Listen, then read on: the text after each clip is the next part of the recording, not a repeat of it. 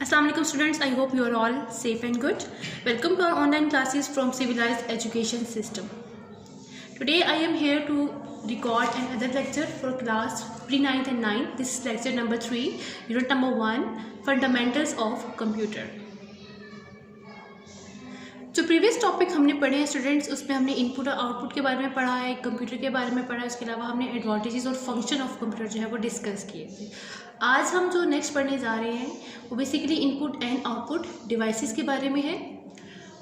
अच्छा, इनपुट आपको याद ही होगा कि क्या होता है कि वो डाटा या वो इन्फॉर्मेशन जो कोई कंप्यूटर रिसीव करता है प्रोसेस करने के लिए, या वो कमांड जो हम कंप्यूटर को प्रोवाइड करते हैं, जो देते हैं कंप्यूटर को ताकि वो इसके अकॉर्डिंग कोई रिज़ल्ट शो करे हमें। अब वो इस इनपुट को रिसीव करने के लिए डेफिनेटली कंप्यूटर को कोई ना कोई ऐसी डिवाइस ज़रूरत पड़ती है जिसकी मदद से वो इनपुट को रिसीव करे। हम किसी न किसी डिवाइस को इस्तेमाल करके ही इनपुट को जो है वो कंप्यूटर के अंदर सेंड कर सकते हैं। An input device can send data to another device, but it cannot receive data from another device. अब वो इनपुट डिवाइस होती है बेसिकली वो डिवाइस होती है जो कि डाटा को सेंड करती है किसी दूसरी डिवाइस में, लेकिन ये इस काबिल नहीं है या वो वापस उस डाटा को रिसीव करने के काबिल नहीं होती, यानी कि सिर्फ उसको सेंड कर सकती है लेकिन रिसीव नहीं कर सकती। अब आप देखें, जो आप कंप्यूटर इस्तेमाल करते हैं, आपने जब भी कोई चीज़ कोई डॉक्यूमेंट टाइप करना होता है तो डेफिनेटली आप कीबोर्ड का इस्तेमाल करते हैं, और कीबोर्ड की मदद से ही आप इनपुट जो है वो कंप्यूटर के अंदर लिख रहे होते हैं, टाइप कर रहे होते हैं। लेकिन कीबोर्ड जो है वो उस इनपुट को वापस रिसीव करने के काबिल नहीं होता, यानी कि वो उसको रिसीव नहीं कर सकता।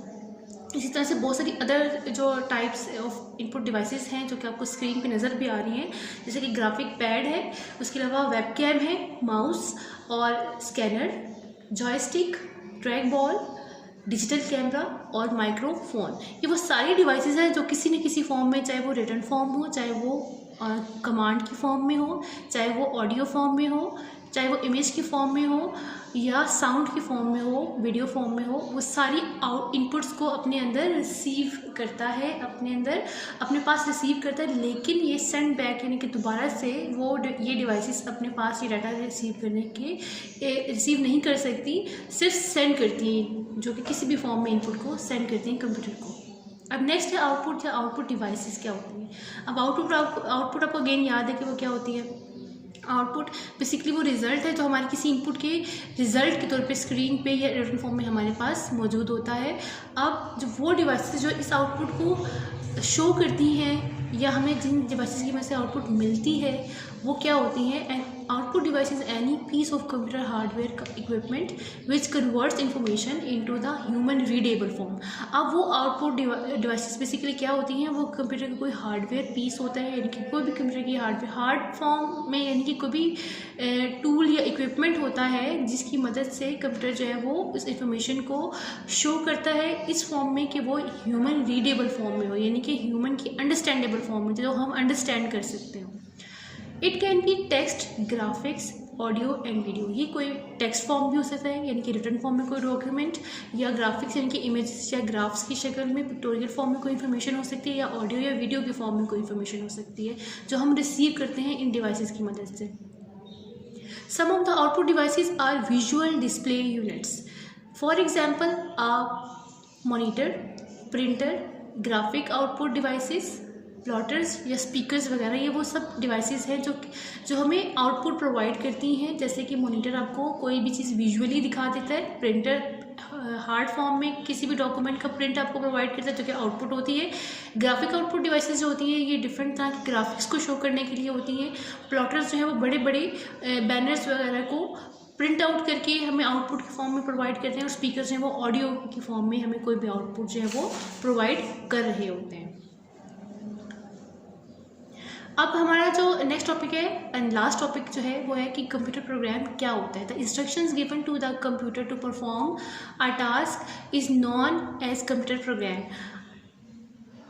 वो इंस्ट्रक्शंस जो कि कंप्यूटर को प्रोवाइड दी जाएँ टू परफॉर्म अ टास्क, वो कोई टास्क परफॉर्म करे as it is known as computer program, इसको हम कंप्यूटर प्रोग्राम कहते हैं, ठीक है।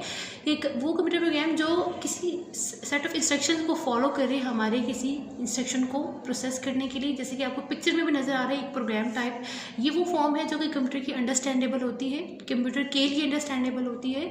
कंप्यूटर इस लैंग्वेज में अपने कंप्यूटर हमारी जो इंस्ट्रक्शन है उसको रीड आउट करता है, उसको प्रोसेस करता है, फिर हमारी जो अंडरस्टैंडेबल या रीडेबल फॉर्म होती है उसमें हमें आउटपुट प्रोवाइड करता है। तो कंप्यूटर प्रोग्राम के काम करने का तरीकाकार ये होता है कि ये पहले इनपुट को रिसीव करता है, फिर इसको इंस्ट्रक्शन के मुताबिक प्रोसेस करता है और फिर इसको आउटपुट के तौर पे हमें शो करता है बाय यूजिंग आउटपुट डिवाइसेस।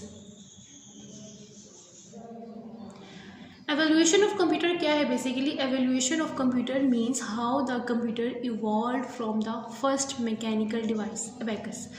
अब एवोल्यूशन का मतलब ये होता है कि किसी भी चीज़ का तरक्की करना डिफरेंट स्टेजेस से गुजर कर। अब कंप्यूटर की एवोल्यूशन का मतलब ये हुआ कि कंप्यूटर ने अपनी फर्स्ट जो इसकी फॉर्म थी उससे लेकर अब तक के जो मॉडर्न कंप्यूटर तक के जो स्टेजेस पे तय करके जो आज की मॉडर्न इलेक्ट्रॉनिक फॉर्म है कंप्यूटर की, इस तक पहुंचने में कंप्यूटर को ने क्या क्या स्टेजेस जो हैं उससे वो प्रोग्रेस की है।